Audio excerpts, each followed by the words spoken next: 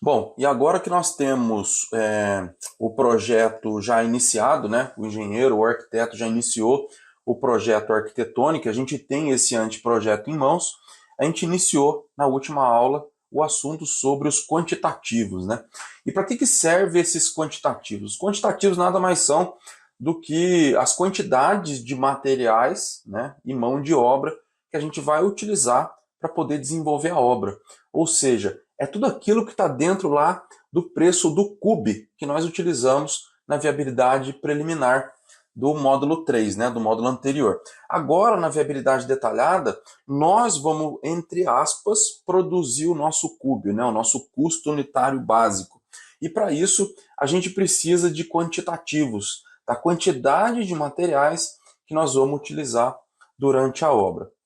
E aqui tem uma coisa interessante que é o seguinte: a gente inicia esse quantitativo e já o estudo de custo detalhados com o anteprojeto, sem ainda avançar nos projetos auxiliares, né? O projeto estrutural, o projeto elétrico, de bombeiro, nós ainda não iniciamos essa fase. A gente vai iniciar os quantitativos aqui, vamos estruturar a parte de quantitativos e vamos avançar no custo, já com bastante coisa, com um número bem preciso, que a gente já consegue nessa fase, e algumas coisas a gente vai ter que estimar junto com os engenheiros para depois a gente investir e avançar nos outros projetos. Eu vou explicar isso em detalhes para vocês aqui.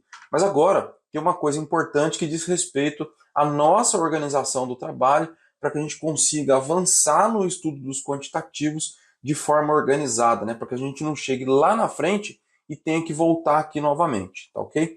Então, para que o nosso estudo de quantitativos evolua de forma organizada, eu aqui utilizo uma abordagem de dividir a obra em etapas, tá? Então eu divido a obra em etapas e aí eu faço o quantitativo de cada etapa.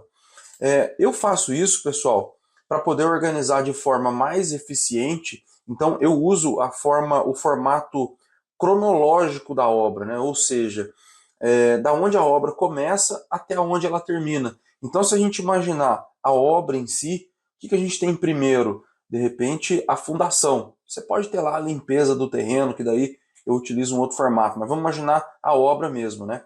Então, eu tenho fundação, depois da fundação eu tenho a alvenaria, que são as paredes, depois da alvenaria eu tenho a laje, depois da laje eu tenho o telhado, e aí seguindo uma sequência lógica, como que funcionaria? Pô, depois do telhado eu tenho as esquadrias, depois o acabamento interno com gesso, o externo com grafiato, aí eu tenho a hidráulica desde o início também acontecendo, depois eu tenho a elétrica. Então na obra a gente consegue enxergar grupos que têm custos similares. Então na fundação eu tenho que tipo de itens lá, né? Eu tenho concreto, eu tenho ferro, eu tenho mão de obra. Depois na alvenaria eu tenho bloco, cimento, areia e mão de obra. Depois na laje eu tenho a própria laje, a mão de obra, o escoramento. Então eu reúno esses custos em grupos similares, né? Dentro da ordem cronológica da obra, desde a fundação até o acabamento, tá ok?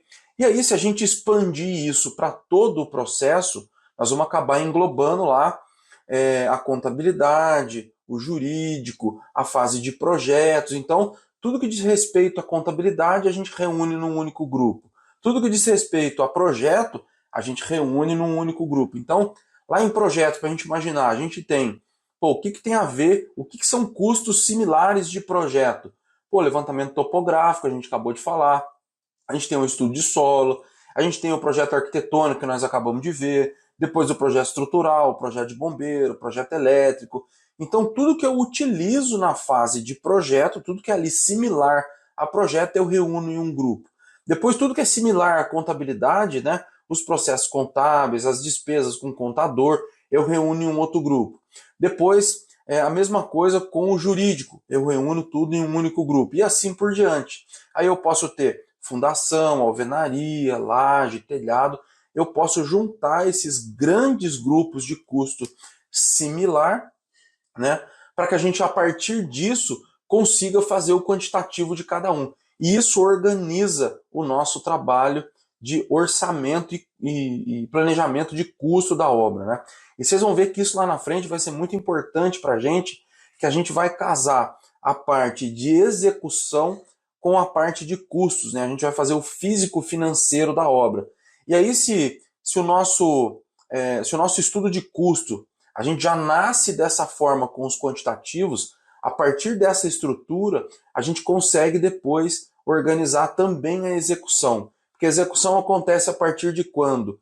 Né? A fundação primeiro, em alguns meses, depois a alvenaria. De repente você tem um prédio, você vai fazer alvenaria, laje, alvenaria, laje, alvenaria, laje. Se for uma casa, ele vai ter a parte da fundação, depois a parte da alvenaria, de repente tem uma fase de laje, alvenaria e a última fase de laje, se for um sobrado. Se for uma casa térrea, não. Você vai ter fundação, alvenaria, laje e telhado.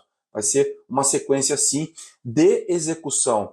E por que a gente faz dessa forma os quantitativos? Justamente para poder casar com a execução, já é um planejamento olhando lá na frente, e depois conseguir casar também o financeiro. Porque a hora que a gente distribui isso no tempo, a gente organiza o financeiro ali por mês dentro da nossa execução e a gente consegue ver de que maneira que isso vai acontecer. Se vocês lembrarem né, do plano de negócio, vocês vão ver que a gente está naquela parte de baixo do quanto, né, o quanto custa e o quanto a gente precisa de receita.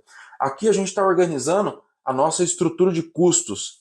E organizar a estrutura de custos aqui é muito importante, porque quando a gente distribuir esse nosso custo nos meses, se a gente for utilizar capital de investidores, nós vamos ver o quanto que nós vamos precisar arrecadar por mês com os investidores. Isso vai dar uma noção para a gente do quanto que o investidor vai precisar capitalizar por mês. Se eu for fazer com recursos próprios, a mesma coisa. Então, essa organização dos quantitativos é importante para a gente nesse momento, tá ok?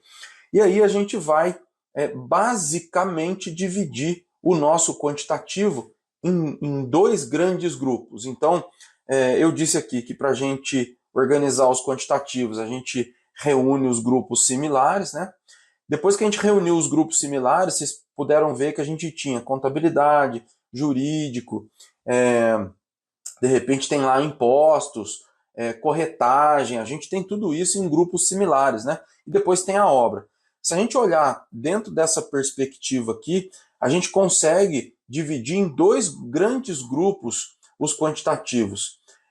Basicamente no que a gente chama de despesas e custos, tá?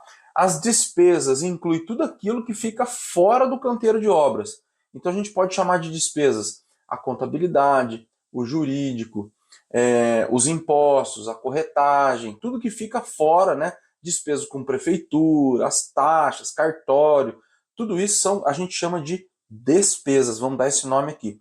E tudo que a gente chama de custo é aquilo que está dentro do canteiro de obras, tudo que a gente precisa ali dentro do canteiro para poder tocar a obra. Então, são os projetos, a alvenaria, a mão de obra, a laje, o telhado, tudo que está ali dentro a gente vai chamar de custos para a gente poder fazer essa divisão.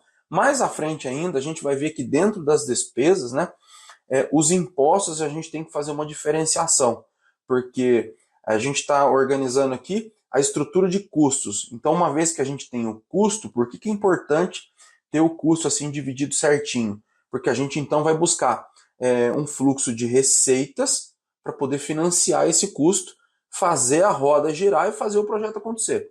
Muito bem.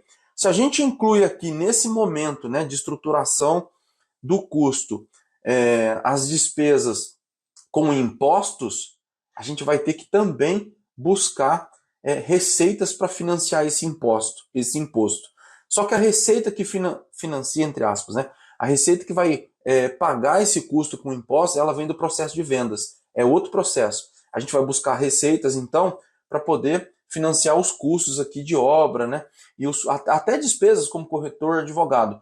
Mas os impostos especificamente, a gente vai financiar os impostos com recursos de vendas. Quando eu falo financiar, é um termo que eu utilizo aqui, tá, pessoal? Mas é da onde vem o recurso.